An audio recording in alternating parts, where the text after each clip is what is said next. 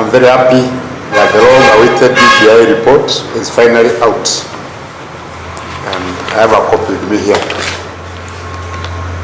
As I've said before, and I said it yesterday, we as the leaders, the people of Meru, will not support the BPI report blindly. We shall read it in detail and make an informed decision as to whether or not to fully support its contents. So we are not emotional about it. We want to be very cold and calculating. From the preliminary contents of the report that I've seen, I am pleased to note that our critical concern has been addressed.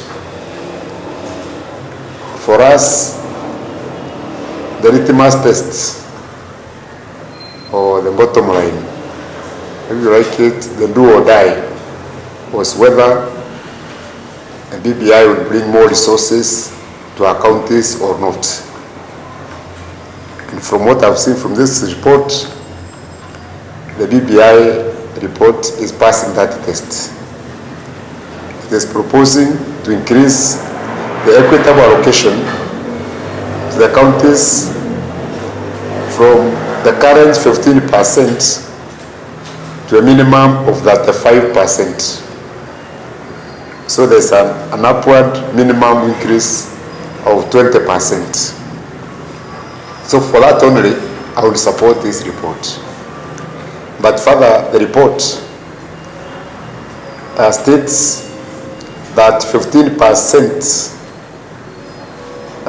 it further states that it is to be established a ward development fund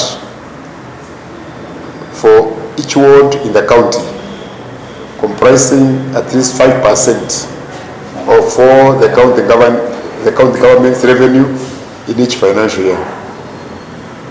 So you will get 10 billion, at least 500 million. 5% of that amount will be allocated to the wards in each financial year. And this is written now in the Constitution. So we have an Ward Development Fund in Meru County, but the Ward Development Fund was discretionary. In the first 2 years, we put in 20 million in every ward, but this year we only put 10 million. Now, under the Ward Fund, it's now mandatory that 5% of all the revenues received in the county will be invested in the Ward Development Fund for the development of the ward. So I think this is a great improvement in the evolution of resources from what we have. The youth have also been a major challenge in the country. This has been a national challenge for all of us and is being addressed by this report. The report proposes to create a youth commission led by the youth to advance the interests of the youth in both public and private sectors. So the report recognizes and creates a mechanism for addressing the youth problems by the youth themselves. And we think this is a great innovation which was not there in the 2010 Constitution. The other proposals of national importance, which we also welcome. For instance, the report proposes to expand the structure of the executive by creating the position of a president, a vice president, prime minister, and 2 deputy prime ministers. I support that expansion of the structure of the national executive. Our country being what it is, we need more inclusivity at the top. We need more ownership of government by various regions and ethnic groups. And I think this will go a long way in trying to foster the spirit of inclusivity and reduce ethnic antagonism in the country. The report also proposes to strengthen the office of the leader of official opposition so as to check the executive much more effectively. I will also support that because after a long struggle against one-party rule, we decided to entrench multipartyism in our constitution. But we did not specifically entrench and strengthen the office of the leader of opposition in the constitution, and consequently leading to harassment by those who win the elections.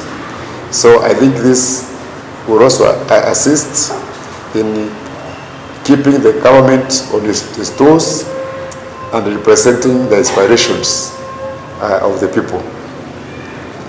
These are just some of the brief comments that I would like to make after briefly perusing through the report. You can see it's a massive report. I'm going to study it in detail, and as the governor of Meru, I'm going to convene a Meru Leaders Forum where we are going to discuss this report in great detail and give our own position, a more detailed position for Meru County after we hear the views of others.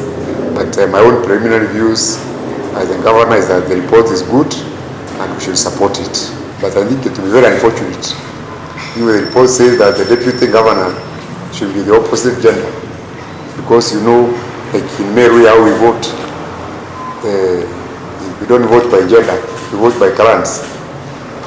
So if a governor comes from Imenti and deputy governor has to come from Tigani or Regempe, or vice versa, and you are chosen with the basis of your ability to attract votes, not because you are a man or a woman.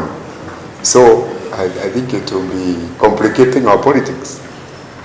If it says we have to pick a woman, for instance. So because the report is out for us to discuss, I think that is when we call the leaders meeting, that is one of the subjects that we should discuss for its improvement. It is saying there are going to be 2 senators from the county, one a man, one a woman. And I think it is that position of the women rep which seems to be converted into a senator. And instead of a direct election of a woman rep, I think they are proposing to use a proportional representation system in which one will have to be elected by a political party, on the basis of the number of votes that the political party gets. So I don't see any increase in the number of positions. I just see reorganization.